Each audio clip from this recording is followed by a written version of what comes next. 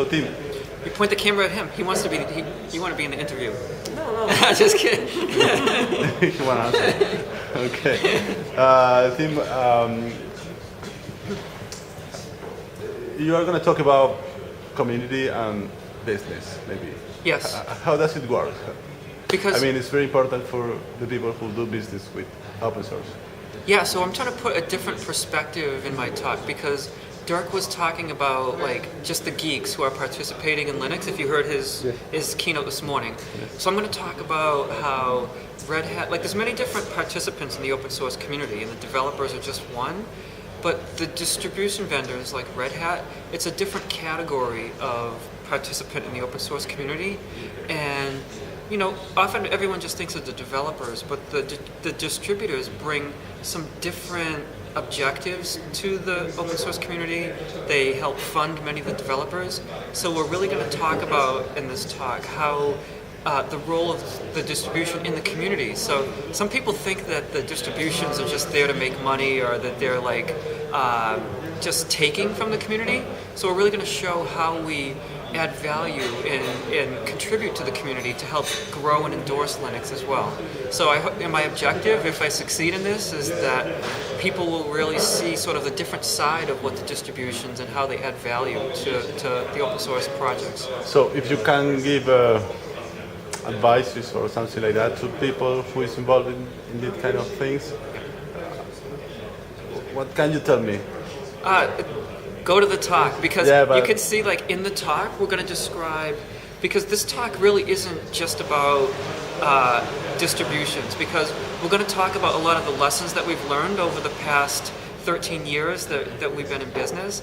We're going to talk about some things we've done well, some things we didn't do well, and so we're going to, through the talk, we're going to see some case studies of exact situations of how we interacted and how we can be successful, and those same concepts apply to individual contributors and people as well. It's Fedora. How is the relationship between Fedora and Red Hat? I mean, in the real day of in working. the day-to-day, it's the same people. Like we don't have like some group of engineers over on this side who are just doing Fedora, and then some different guys over here are doing Red Hat Enterprise Linux. It really is the same people. And the difference is that Fedora is primarily for innovation and integration. So it's where we try new technologies, where we first get users exposed to new features, where we combine many different parts for the first time to see how well they work together. And then once those have been proven really stable and enterprise ready, then we take them, we do a lot of development, hardening, and testing in a lot of our rigorous environments, and that becomes the final product, Red Hat Enterprise Linux. So they're really very complementary, where one is very evolutionary, fast-paced, growing of new features, and Red Hat Enterprise Linux is more focused on stability for customers. And explain to the, I mean, Argentina, people don't know that much. How is the business model for Red Hat? How is the difference, and how do you make money each day? Yeah, how do we make money with free software, right? Mm-hmm. It's because in the open source communities, in the free distributions, they rapidly change, they rapidly evolve. The free software for a lot of people is more about innovation and fast pace. It's like bleeding edge, if you will. But a lot of the customers, they want stability. They just want stuff to work. They want it to work on all their new hardware. They don't want things to break. They want not just things to work, but they want application compatibility. They want it to be able to still use the same databases, the same application space, and to not have that be broken by the newest version of some libraries and things like that. So that's the value that people buy from RHEL. And the other thing is that because we're the leading developer of this open source software, we're in the best position to support it, because nobody's better able to support something than the people who build it in the first place. And our customers also, we sell through what's called a subscription model, which means that you don't just get today's release, you get tomorrow's and the future releases too, so that you don't have to be charged when the next major version of Red Hat Enterprise Linux come out or the next update to it. You automatically get that as part of your subscription. So the customers aren't just buying today, they're buying tomorrow's technology too. But is Red Hat subscription is an open source or it is a closed source? Oh, our subscription is really, that's what people pay to get the commercial version, Red Hat Enterprise Linux. So it's really the subscription is, it gets you access to our support services, access to the latest releases of Red Hat Enterprise Linux. So that's really, it's sort of, it's just how you pay to get access to the enterprise version. But we also have the Fedora free version, so if people don't need the stability and robustness of Red Hat Enterprise Linux but want to be more participating in the community innovation, then they can freely use Fedora. So we really appeal to both audiences and they really help each other out a lot. Cool. You know that, maybe you don't know, but in Argentina Red Hat won the license, not the license, to do the passports. So we are having passports done in Red Hat. Yeah, that's cool. One of our biggest customers globally is governments and military operations because they want the stability, they want...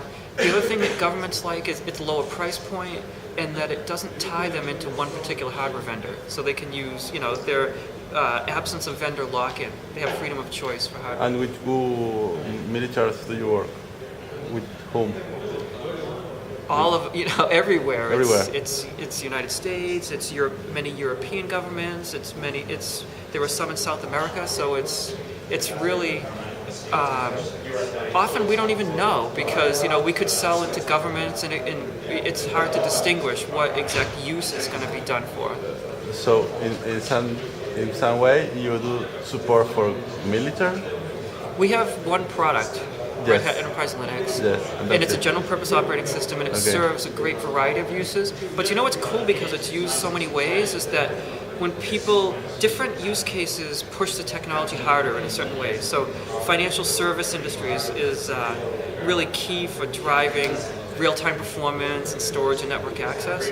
And so through the experiences and the testing in those use cases, that feeds back and those enhancements apply to all the other use cases. So it's not that we don't target Red Hat Enterprise Linux for any one use case, but it's just many of them share common needs, and so because we do a huge amount of security work in Red Hat Enterprise Linux, and we have a lot of high-end security policies, and Red Hat Enterprise Linux goes through a lot of government certification tests, and they're very difficult tests to pass.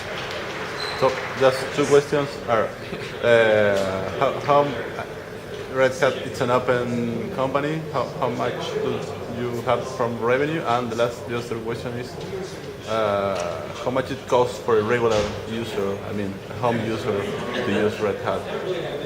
Well, our corporate revenue, our big milestone is we're approaching $1 billion in revenue. That will happen within this current year. Wow. So that's a huge milestone we're the first open source company to ever achieve $1 billion in revenue. So that's really big. And in terms of what it costs for our customers, it varies because we have different support levels. It's a desktop. Desktop, I think it's about $200 US, or you can run Fedora for free. So it's whatever. $200 is for how long? For a year? I don't know. Okay. I don't do the pricing, so stick with the technology. Sorry about that. And I don't know the local pricing, how it may differ regionally. Okay. That's it. Thank you very much for